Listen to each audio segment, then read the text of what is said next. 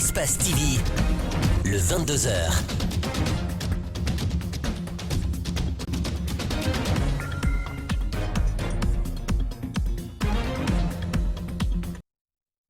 Vous êtes des millions de personnes à nous suivre un peu partout ici en Guinée et à travers le monde. Merci de choisir Espace et Calac TV pour vous informer. Mesdames et messieurs, bonsoir et bienvenue dans cette nouvelle édition dont voici les principales articulations. À la une de l'actualité, 34 milliards de francs guinéens, c'est le montant qui aurait été détourné au fonds d'investissement. C'est le résultat d'une enquête menée par le site d'information générale Guinée News. Une actualité, vous allez le voir, qui ne laisse pas indifférent le patron de l'initiative pour la transparence des industries extractives. Vous l'entendrez dans cette édition d'information. Et puis se dirige-t-on vers la fin des coordinations régionales en Guinée.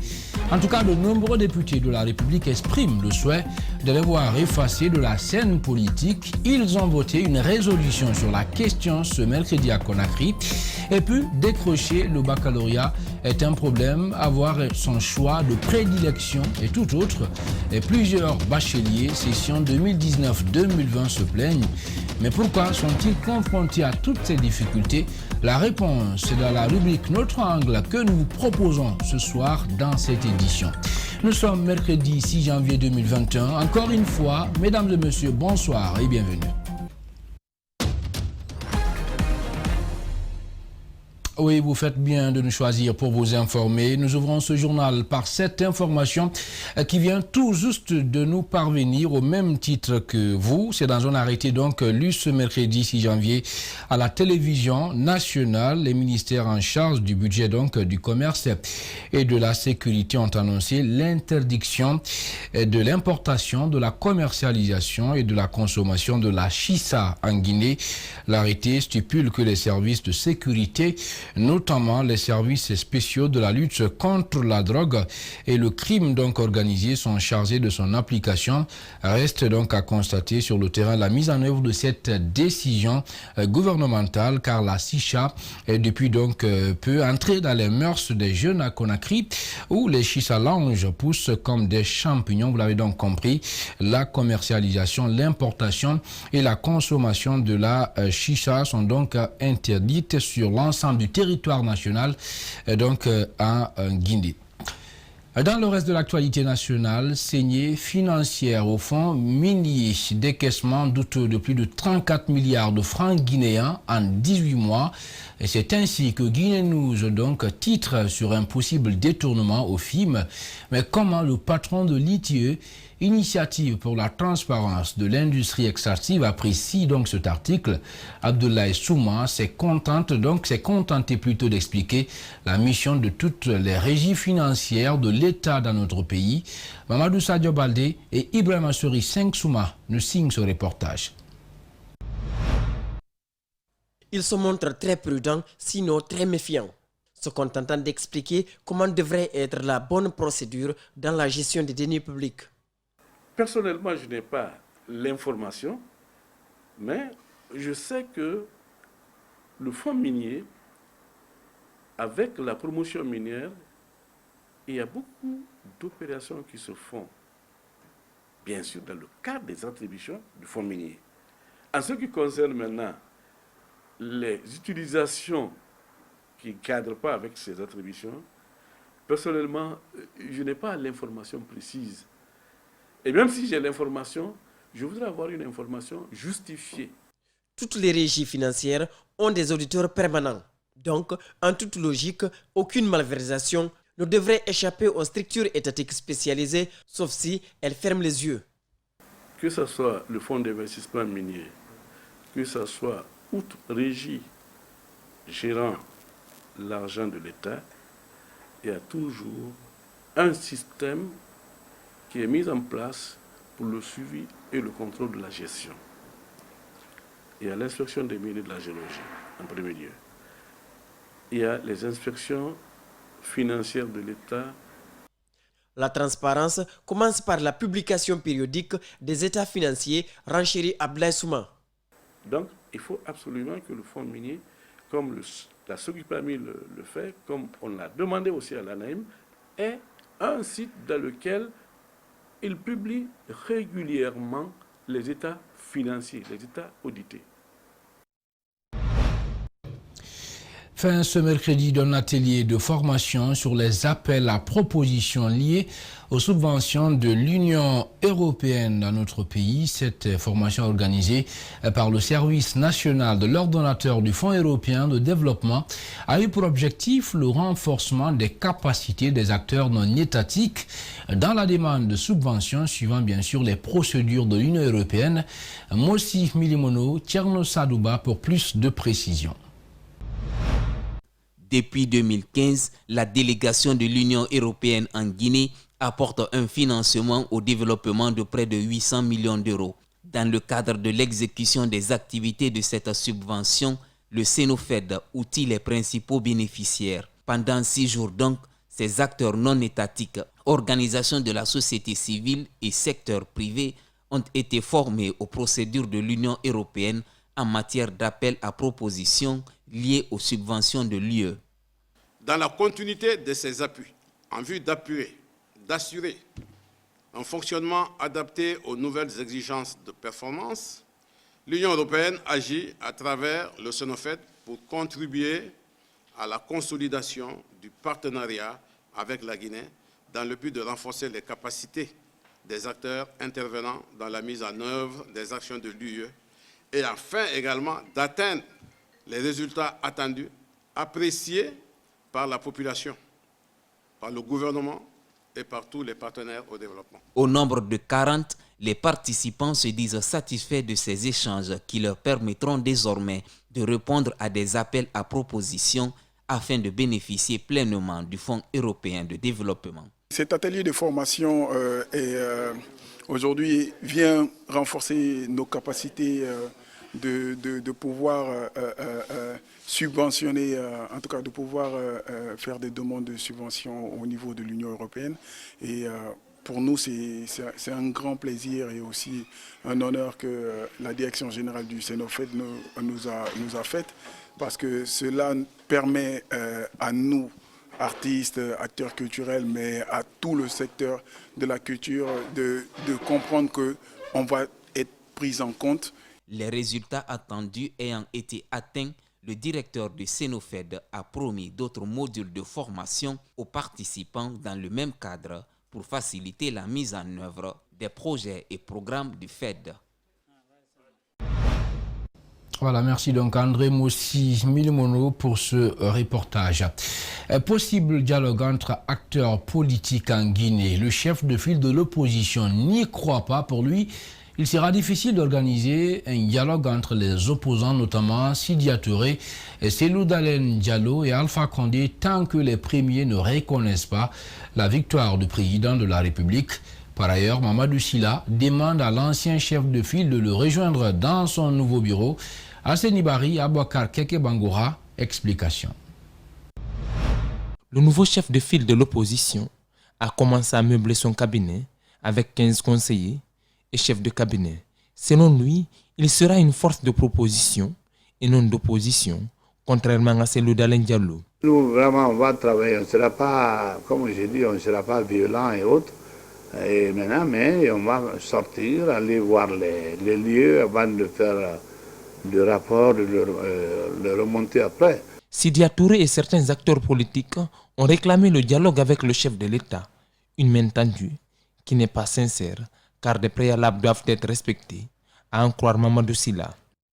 Ce qui gêne là-dedans, parce que il y a une partie, il y a un parti aujourd'hui qui se réclame aussi le président de la République.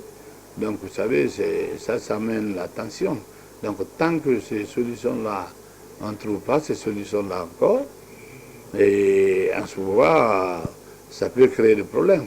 Donc il faut d'abord résoudre ça, et que celui qui a le perdant puisse vraiment accepter. Et puis en ce moment, on pourrait s'asseoir et dialoguer. Il dit être prêt à faire la médiation. Monsieur Dalein était, n'est-ce pas, chef de file de tout le monde. Le preuve, moi j'étais dans son cabinet, j'ai accepté de travailler avec lui. Puis c'est moi qui est là aujourd'hui. Et je dois faire autant pour appeler tout le monde, pour pour se déplacer, aller les voir, pour essayer de réunir tout le monde, pour qu'on puisse s'entendre. Sur la question du remaniement ministériel, Mamadou Sylla est évasif et joue la carte de la prudence. Le chef de l'État, on ne peut pas le connaître. Donc lui, ce que toi tu penses, et ce que lui pense, ce n'est pas la même chose. Donc moi, je ferai commentaire sur bon camp. Vraiment, je vais voir la liste des personnes. Concernant la fermeture des frontières, il dit avoir abordé la question avec le président de la République lors d'un déjeuner. Cependant, cette fermeture relève de la sécurité de l'État. Impossible de s'y aventurer, a répondu le président Alpha Condé, au dire du chef de file de l'opposition. Dans le reste de l'actualité nationale, ce mercredi 6 janvier marque le 13e jour de la grève de faim de l'activiste et de la société civile Oumar Sylla, dit Fonike Mengue, responsable, vous le savez, de la mobilisation du Front National pour la défense de la Constitution FNDC. Hawadjan Doukouré, l'épouse d'Oumar Sylla, emprisonnée depuis 2 mois, il faut le rappeler, à la maison centrale de Conakry, a fait le point de son état de santé à la presse ce mercredi. Reportage Antoinette Dédé au niveau Guy, Abakar Keke Bangoura.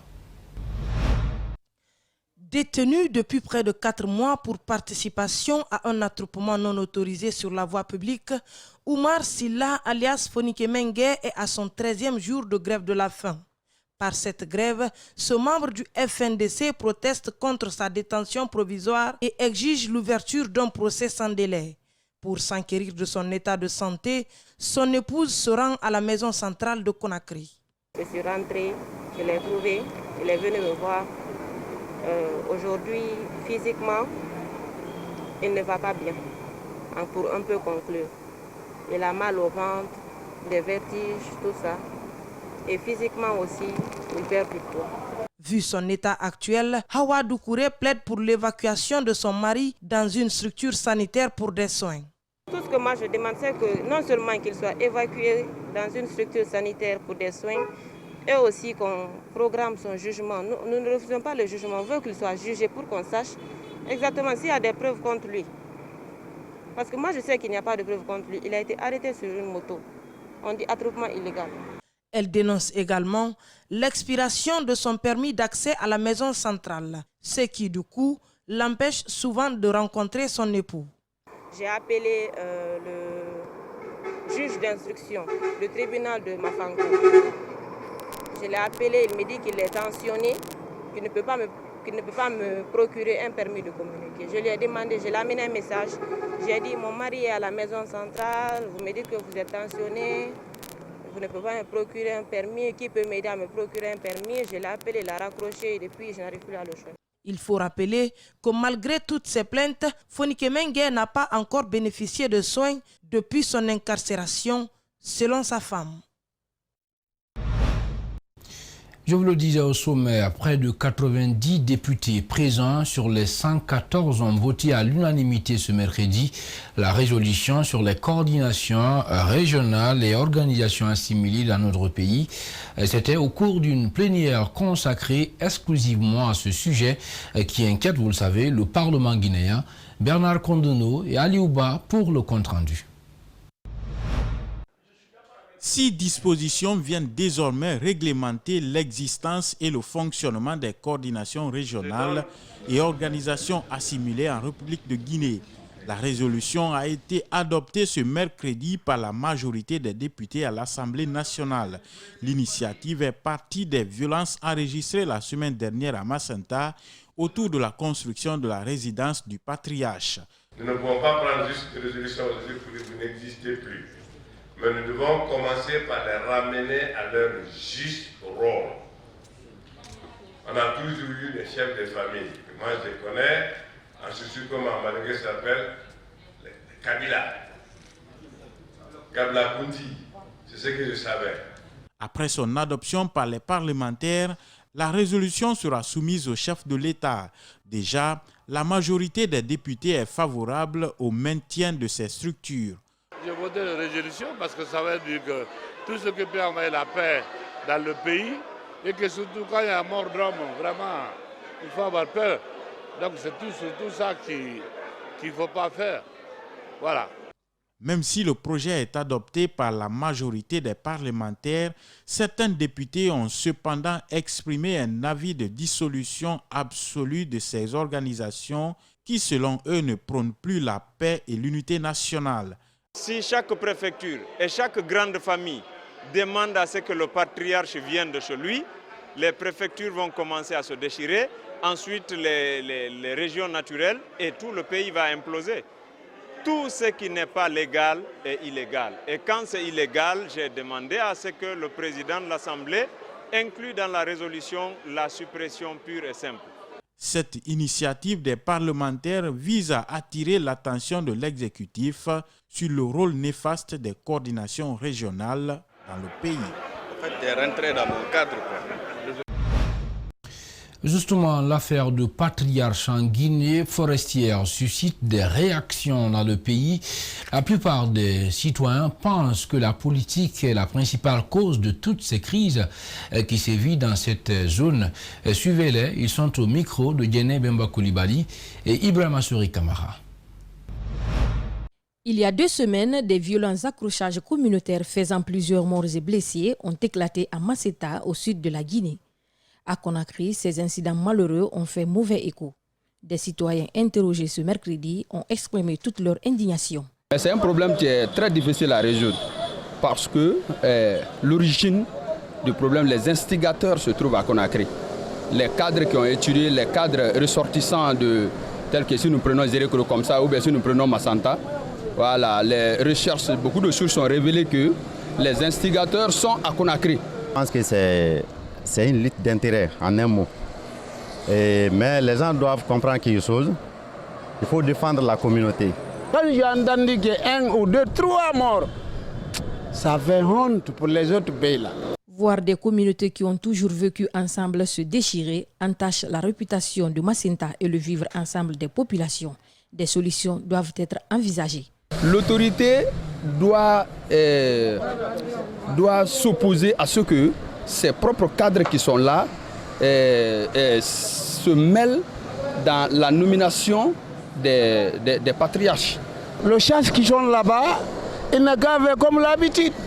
Parce que quand on veut 50 ans pour quelque chose vraiment, c'est ça qui devrait continuer. Mais alors là, tous les conflits qui sont à l'intérieur du pays, c'est parce que le gouvernement mêle des problèmes qu'ils ne devraient pas mêler. Quand ils communiquent entre eux, ils trouveront la solution. Ça, je suis sûr, quel que soit le problème. Aux premières voix qui ont appelé au calme, ces citoyens joignent les leurs, espérant que leurs messages seront entendus. Les autorités sanitaires du pays ont commencé à administrer le vaccin contre le coronavirus sur certains ministres guinéens. Après, ça pourrait être le tour du bas peuple si certains citoyens sont donc contents de cette nouvelle.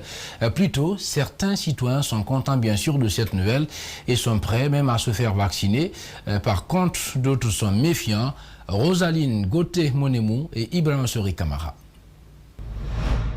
En Afrique subsaharienne, la Guinée est l'un des rares pays qui a reçu le vaccin russe Sputnik V contre la pandémie du coronavirus. Les doses sont arrivées il y a maintenant près d'1 mois, mais très peu de Guinéens sont au courant de son existence. Non, moi c'est ma première fois comme ça d'entendre cela avec la radio Espace. Oui, par les médias, j'ai appris que le vaccin est déjà obtenu à partir de la Russie. Je suis informé déjà.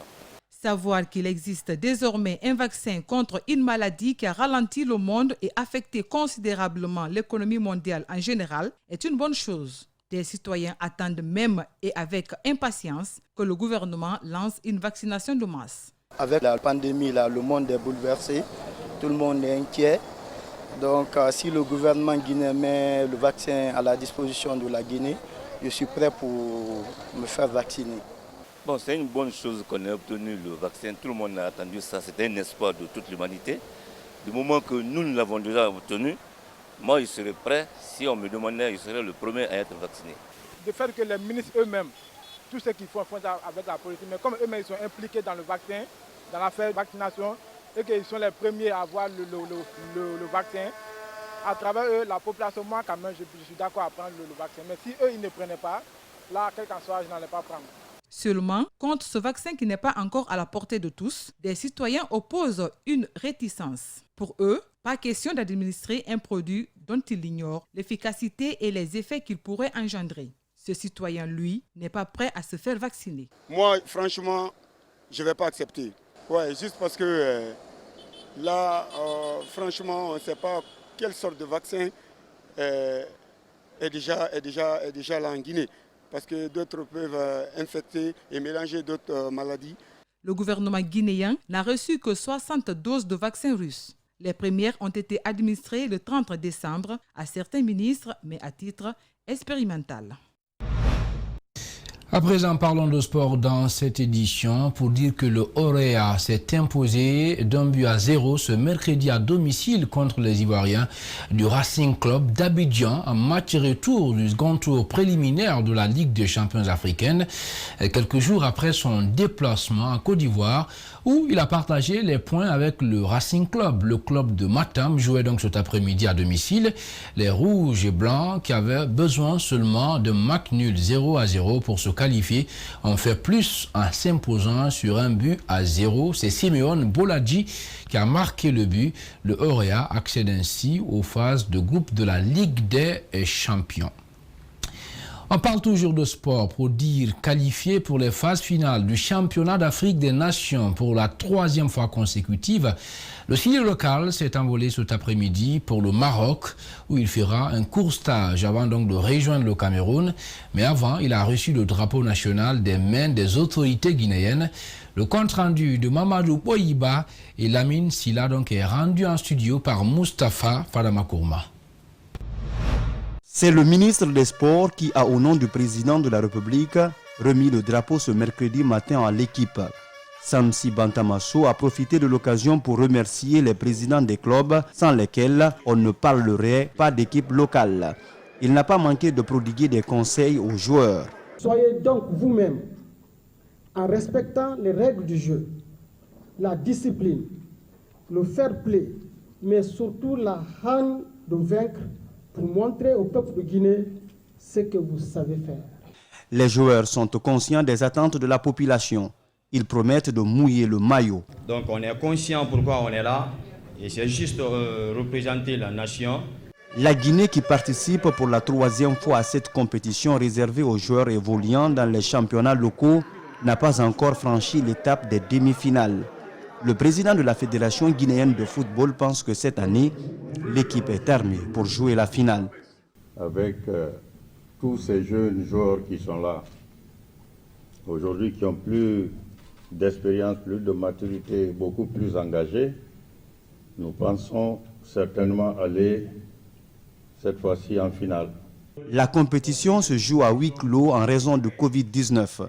La fédération a pris les devants pour éviter des mauvaises surprises lors des tests Covid-19. Nous avons pris soin de voyager désormais avec un membre de l'ANSS qui vient avec les kits et dont nous prenons les dépenses en charge, qui vient avec les kits et qui fera aussi les contre-tests en cas de contestation. Les phases finales du championnat d'Afrique des Nations se déroulent du 16 janvier au 7 février 2021 au Cameroun.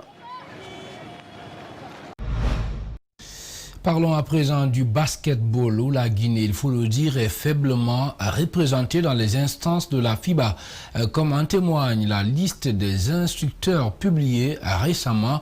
Aucun Guinéen, tenez-vous bien, n'y figure et le continent africain n'a que 3 représentants sur les 12 instructeurs donc retenus par la Fédération internationale de basketball amateur. L'une de nos équipes a rencontré le président de la Fédération guinéenne de basketball pour savoir les raisons.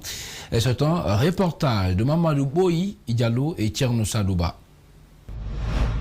Encore cette année, la Guinée n'a pas eu de représentants dans la liste des instructeurs de la FIBA. Le candidat qui avait postulé n'a pas été retenu. Ce n'est pas une surprise pour le président de la Fédération guinéenne de basketball. Les Guinéens qui ont participé au concours, un surtout, mais malheureusement qui n'a pas été retenu. Pas la qualité sur place pour l'avoir, on n'a pas la compétence locale et on ne sait pas y atteler à cela. Parce que pour avoir des instructeurs, d'abord il faut se donner un niveau de compétition d'abord de haut niveau, il faut former beaucoup de cadres techniques. Il faut que ces cadres techniques aussi soient des universitaires d'un certain niveau et beaucoup expérimentés aussi et qui s'impliquent aussi beaucoup dans le fonctionnement même de leur fédération.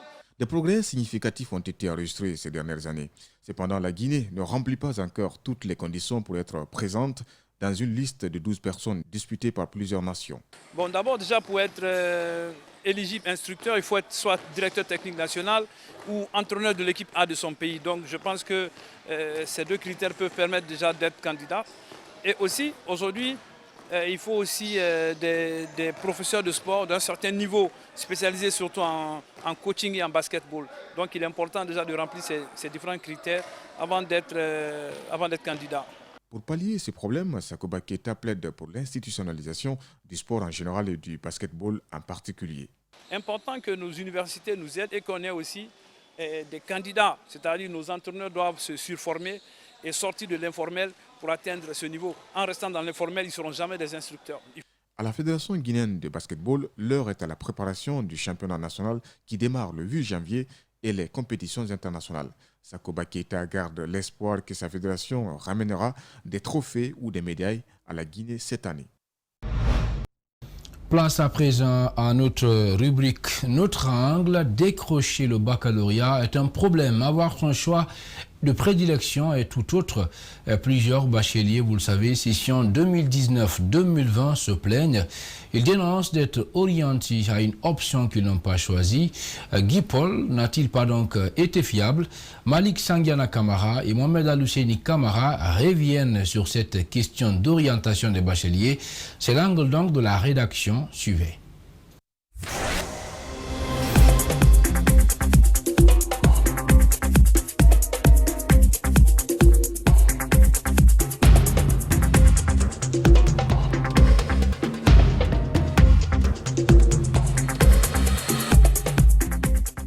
Gupol, la plateforme numérique conçue pour l'orientation des bacheliers guinéens. Après des semaines d'attente, les résultats sont disponibles. Certains sont orientés dans leur filière de choix, d'autres non. Cette situation crée de la frustration. Je ne suis pas satisfaite du tout. Ousenatou est orientée jusqu'en Zérikori, où elle dit n'avoir aucun parent. En couple, elle voulait rester auprès de sa famille ici à Conakry. Parce qu'on m'a orientée à Zérikori en physique, je voulais faire génie informatique. Alpha Oumar, lui, rêvait de devenir un ingénieur. Dès après son admission au baccalauréat, il a commencé à tisser des relations avec des grands ingénieurs du pays. Lors des orientations, son tout premier choix qui a porté sur l'ingénierie n'a pas été pris en compte. Il a été plutôt orienté en génie mécanique. Personnellement, je ne suis pas satisfait de ces résultats parce que tout simplement, mon premier choix n'a pas été validé par la plateforme Gupol, celle qui est chargée des orientations. Deuxièmement, mon rêve est brisé aujourd'hui. Mon rêve était d'être un ingénieur pour ne plus chômer. En génie mécanique, je ne connais aucune notion là-bas.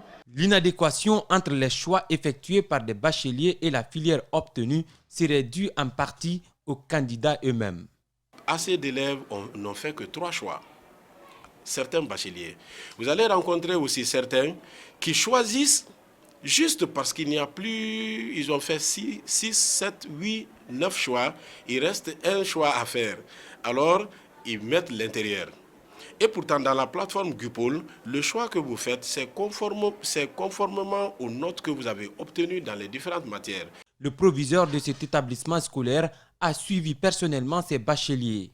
Sous ses mains se trouvent 3 cas problématiques. Après vérification, il se rend compte que l'un de ses élèves n'avait pas à se plaindre. J'ai un exemple, un élève de nom de Mohamed Sissé. Ce matin, il m'a dit qu'il n'a pas choisi l'abbé. Il a dit à son père. Mais quand j'ai fouillé dans ses choix, j'ai vu effectivement qu'il a choisi l'abbé. Et donc, il n'a pas été sérieux. L'abbé a été son choix. Il y a un autre que j'ai rencontré, lui n'a fait que 3 choix. Donc, Gupol l'a aidé dans son choix. Des cas comme ça, on peut comprendre. Mais dire que tel fait social, il s'est retrouvé dans une filière de maths, en tout cas dans mon école, je n'ai pas vu de cas pareil. À l'orientation, des soucis techniques ont été enregistrés. À la publication des résultats, sans surprise, les mêmes anomalies. Des bacheliers option sciences mathématiques se retrouvent de façon inattendue dans des domaines exclusivement réservés à ceux des sciences sociales. Des bacheliers ont été orientés, certains pour des filières qu'ils n'ont pas choisies ou qu'ils ne méritaient pas d'y être. Je veux parler par exemple des étudiants qui font sciences mathématiques, mais qui se sont retrouvés quand même dans des départements qui proposent des programmes de formation pour les sciences sociales. Alors ça, c'est la première remarque. Deuxième remarque, c'est quand même un grand nombre de bacheliers qui n'ont pas été orientés. Alors, cela est un cumul, n'est-ce pas, d'un grand nombre encore qui est issu des années 2018-2019. Alors, on s'interroge aujourd'hui réellement sur l'efficacité de la plateforme Goupol, parce que quand même une plateforme bien conçue avec des programmeurs sérieux, avec un ministère de l'enseignement supérieur de la richesse scientifique, quand même ça devrait produire de bons résultats. Mais aujourd'hui, le résultat est plutôt à déplorer. L'utilisation de la plateforme Guipol exige aux bacheliers d'effectuer au minimum 10 choix. Conformément à la moyenne obtenue dans les différentes matières, le candidat est orienté dans un département où il est estimé pouvoir s'en sortir sans difficulté. Les moyennes obtenues par les étudiants sont la base sur laquelle ils obtiennent leur orientation. Par exemple, à l'Institut Polytechnique, les règles étaient claires. On n'a accès ou bien n'ont accès à ces instituts-là que les étudiants qui ont des moyennes qui partent de 14 à 17 et révoluent. Donc du coup, ceux qui ont des moyennes très faibles, qui ont aspiré à certains départements, alors qu'ils ne peuvent pas concrètement accéder à ces départements par insuffisance, comme je le dis, de moyenne, en tout cas, ils se verront orientés dans des filières qui n'ont pas été de leur choix. Parce que, à imaginer que vous ayez 15 de moyenne, que moi j'ai 10 de moyenne, et que vous voulez faire le département droit, que moi qui ai 10 de moyenne veuille faire le département droit, en tout cas, il n'y a pas compétition en la matière. Le système prend en compte les étudiants qui ont quand même eu la moyenne qui puisse leur permettre d'être orientés dans leur choix. Non-maîtrise de l'outil Guipol par les bacheliers, son utilisation est à vulgariser. Il faut que Goupol, dans les années à venir, qu'il fasse une communication très élargie pour que les enfants comprennent le système de fonctionnement. Il y a un autre problème qui reste à venir. Ce problème, c'est quoi? C'est la validation de l'orientation. Lorsque cette étape n'est pas validée, l'étudiant pourrait perdre sa bourse. Nous sommes dans le cas de la démocratisation de nos systèmes de gouvernance. Alors, nous donnons le choix aux étudiants de confirmer leur enregistrement. Si fait, ils sont directement enregistrés dans la base de données de l'université qui doit les accueillir. Et s'ils refusent cette orientation, le système leur demandera: est-ce que vous êtes conscient que vous ne serez pas pris comme boursier de l'État? Vous acceptez, et alors on vous demande encore quelle est l'université que vous voulez faire. Mais cette fois-ci, dès que vous y êtes orienté, vous êtes orienté en formation payante, mais vous n'êtes pas pris en charge par la bourse de l'État. Voilà, merci donc à Malik Sangiana Kamara pour cette rubrique Notre Angle. Mesdames et messieurs, c'est l'essentiel de cette édition d'information, une édition réalisée par Ali Badra Kamara. Elle a été conduite à la régie et au cadrage par Abakar Foté Souma, assisté donc de Kadi Touré. Merci à tous de l'avoir suivi. Travaillons tous surtout à la beauté de la vie. Bonsoir.